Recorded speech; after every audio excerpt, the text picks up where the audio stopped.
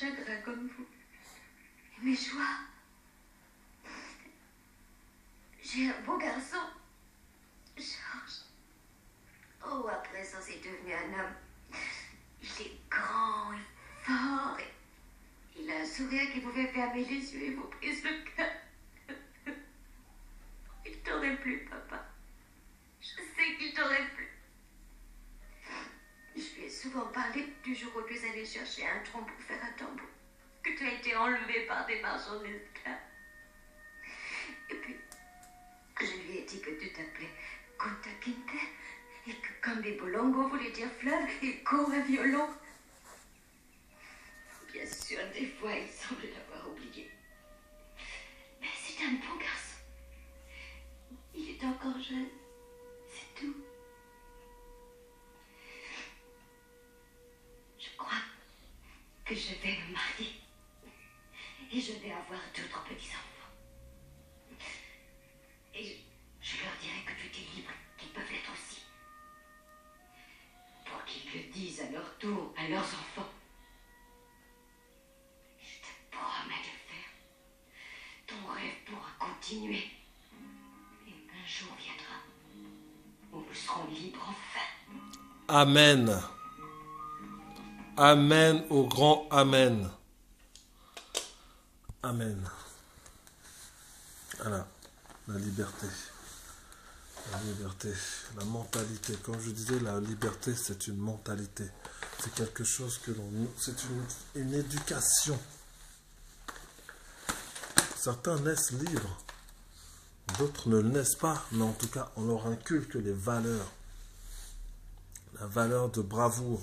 Être libre, c'est avant tout dans sa tête. C'est dans la tête qu'on est libre. Et on devient physiquement libre par la suite. Nous autres, peuple noir en général, nous ne sommes pas libres. Dans notre majorité, nous ne sommes pas libres.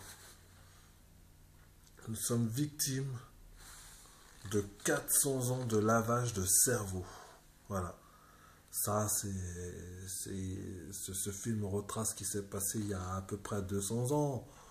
Ou même 400 ans directement. Parce que c'est dans les années 1700 et quelques. Donc...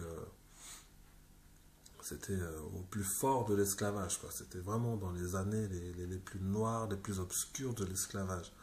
Où on pendait les noirs, où on les estropiait quand ils voulaient s'enfuir. On les pendait, on leur coupait un pied, on leur coupait la langue. On violait les femmes noires. C'était un métissage forcé. Voilà. Ça retrace d'où viennent les chabins, les chabines, cette organisation des sociétés antillaises. En général, oui. Les sociétés antillaises, que ce soit anti-françaises ou anti-anglaises ou hollandaises ou espagnoles, c'est le même schéma. Hein. Au sommet de la société, il y a, pour les anti-françaises, il y a les béquets, hein, les plus grands propriétaires terriens. C'est pareil au Brésil, hein, les plus grands propriétaires terriens sont des blancs. Et le reste travaille pour eux. Hein. Les Noirs travaillent pour eux. Donc ensuite, il y a les métis, après les chabins, après les Noirs normaux. Enfin, je l'ai déjà expliqué comment ça se passe. Et c'est une société super inégalitaire. Il faut renverser les choses, il faut renverser la vapeur, il faut sortir de tout ça. C'est sûr, c'est pas évident parce que je sais que dans nos sociétés antillaises, les parents savent beaucoup de choses dont ils ne veulent pas parler à leurs enfants.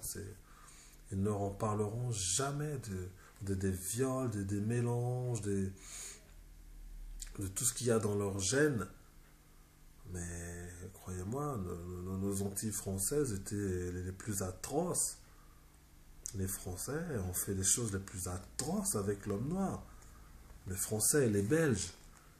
Je ne vais pas faire un concours de celui qui était le meilleur ou le pire.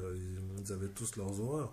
Mais la Palme d'Or revient de loin au monde francophone. Hein, fouetter quelqu'un jusqu'aux os, le marquage au fer, bon, quoique tout le monde le faisait. Mais il y avait des punitions, mais les Français, c'était les as de la punition. Waouh! waouh! Bon, en tout cas, le plus grand travail qu'ils ont fait, c'est quoi? C'est l'aliénation mentale. Alors, qu'est-ce que c'est que l'aliénation mentale? L'aliénation, définition de l'aliénation, ici dans le Larousse, l'encyclopédie Larousse, que dit-il? Alors,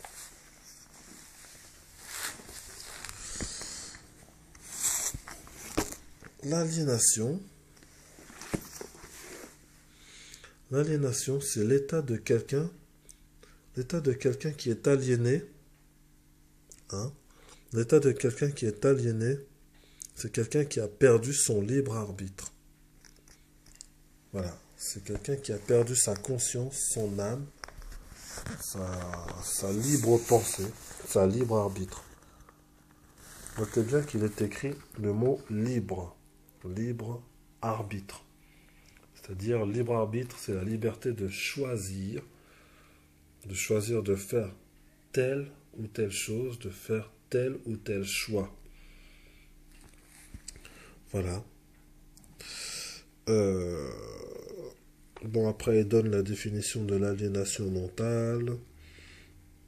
L'aliénation mentale, c'est état d'un sujet dont la faculté mentale sont gravement altérées et ne lui permettent plus de mener une existence compatible avec la vie sociale. Voilà.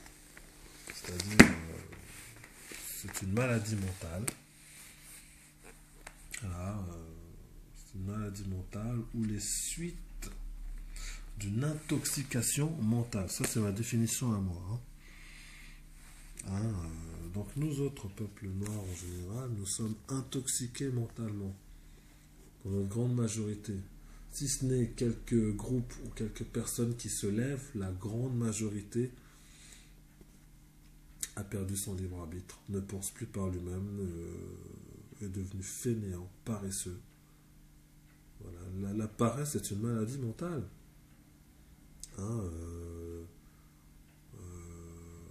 Que dire? Nous ne pensons plus par nous-mêmes, nous laissons notre libre pensée, nous disons voilà, pensez à notre place, faites les choses à notre place, nous ne voulons plus rien faire, nous avons la paresse de la vie, la paresse historique, nous ne recherchons pas notre histoire, on prend tout ce qu'on nous donne, on prend pour argent comptant tout ce qu'on nous donne, on ne vérifie pas, on est plus prudent, on prend ce qu'il y a, on ne veut plus. Certains de nos compatriotes, si je peux encore appeler ça compatriotes, certains de nos gens congolais disent oui, voilà, si vous voulez ce pays, prenez-le, que les gens et que les blancs prennent ce pays. Si on veut donner ce pays aux Rwandais, qu'ils prennent ce pays. Quoi? Qu'est-ce que c'est que ça? C'est pas possible. On va faire la contre-aliénation. Il y a un mouvement qui se crée. Je remercie ce monsieur qui a fait ce mouvement Racine pour éveiller les choses et dire les vérités, les racines de tous les maux dont nous souffrons aujourd'hui. Peuple noir en général, que ce soit aux Antilles, en Amérique ou en Afrique, ou même dans les pays asiatiques. C'est la racine de tous les maux. Je vous conseille vivement, chers frères noirs, de regarder ce film. Regardez ce film, cherchez à vous instruire. Ce n'est pas un des films stupides qui va vous faire perdre du temps, qui va qui va dégrader votre pensée, votre intelligence. Non, au contraire, ça va vous ouvrir les yeux, pas les yeux physiques, les yeux mentaux, les yeux de l'intelligence vont s'ouvrir. Vous allez voir que ce que je vous dis, c'est loin d'être dénué de sens. Pourquoi je hais tant le métissage? Pourquoi je parle de cette manière des Blancs? Parce que voilà, quand je dis les Blancs, on dit oui, mais ce sont leurs parents qui ont fait ça, c'est plus les mêmes choses. Mais qu'est-ce que c'est que la génération d'aujourd'hui, les générations d'aujourd'hui? Ce n'est ni plus ni moins que les descendants des générations passées.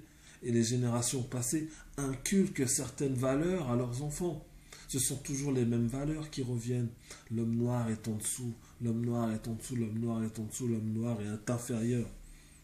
Donc quand je vous dis blanc, c'est pas que je n'aime pas la race blanche, mais c'est que on peut dire ce qu'on veut, mais on leur a inculqué, leurs parents leur ont inculqué certaines valeurs qui font que voilà, ils n'accepteront jamais d'être dirigés par un noir, ils n'accepteront jamais de voir un noir intelligent ou d'accepter que des noirs aient fait des grandes inventions.